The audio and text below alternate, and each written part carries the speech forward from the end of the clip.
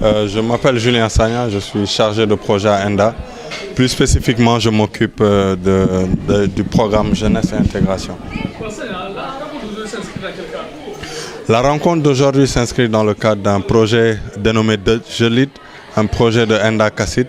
Ce projet vise à inciter ou à impliquer les jeunes davantage dans le processus d'intégration régionale et à les renforcer aussi dans leur leadership. Parce qu'on s'est dit que dans ce contexte-là d'intégration régionale, dans ce processus qui a été lancé par la CEDEAO et par les autres institutions régionales, il faut que les jeunes soient davantage impliqués dans ce processus.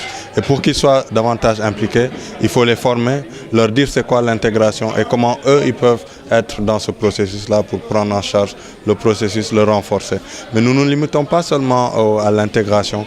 Nous disons aussi à ces jeunes que vous venez des régions et ces régions-là ont des défis. Ils sont en train de se développer. Ils sont sur la marche du développement. Vous devez prendre toute votre place dans cette dynamique-là de développement, voir ce qui ne marche pas et essayer d'apporter votre contribution. Donc quand on parle d'intégration, on a l'impression que les régions de l'Afrique de l'Ouest en général ont ce problème. Alors vous voulez former les groupes publics? Oui, nous nous sommes dit que l'intégration est restée quelque chose de très institutionnel. C'est-à-dire, nous avons des sommets de chefs d'État qui se réunissent très souvent, qui signent des protocoles, qui signent des accords d'intégration. Mais dans la pratique, dans la vie des gens, dans le vécu des populations, on voit que il n'y a pas le véritable impact. Nous nous sommes dit, ces jeunes-là seront certainement les leaders de demain.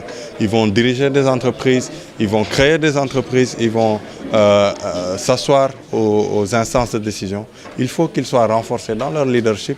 Il faut qu'ils comprennent que l'intégration est une chance et qu'aujourd'hui, soit on s'intègre, soit on périt. Parce que si on regarde le contexte mondial, on voit qu'il y a de gros blocs qui sont en train de négocier. Même les plus forts sont en train de se mettre ensemble. Pourquoi nous, avec des économies relativement faibles, nous n'arrivons pas à nous mettre ensemble? Et si ces jeunes-là le comprennent, dès à présent, ils pourront se mettre sur cette voie-là et se renforcer mutuellement pour que demain, l'intégration des peuples, qui est un des objectifs de la CEDEAO dans sa vision 2020, soit une réalité ici à Kédougou et dans les autres régions. Et vous pensez qu'il faut bel et bien être des vecteurs? Oui, parce que oui, ces jeunes sont déjà des acteurs au niveau de leur milieu scolaire. Parce qu'on voit qu'ils sont ceux qui dirigent les gouvernements scolaires, on voit que ce sont les interlocuteurs des autorités administratives et des autorités au niveau de l'inspection d'académie. Donc ils ont un certain leadership déjà. Et si on les renforce, ils peuvent être des acteurs véritables du processus d'intégration. En plus de les renforcer, nous les mettrons aussi en réseau avec d'autres jeunes du pays qui sont dans cette même dynamique et avec d'autres jeunes d'autres pays de la CEDEAO qui sont aussi dans cette même dynamique.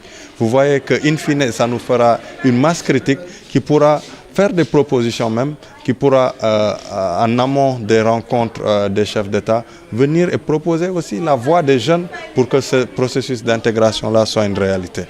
Aujourd'hui, ils ont confirmé leur engagement par rapport à la lutte contre les maux qui gangrènent les stades.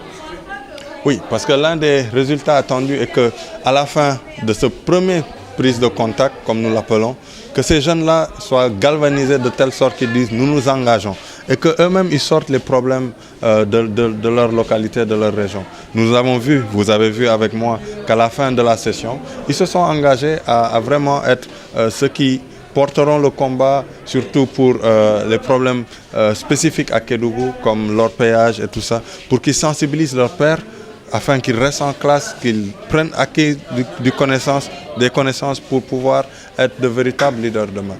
Donc ces jeunes-là se sont engagés aujourd'hui et nous faisons confiance en cet engagement-là parce que nous sommes sûrs qu'ils sont responsables, qu'ils sont leaders dans leurs différents milieux. Oui. Merci. Merci.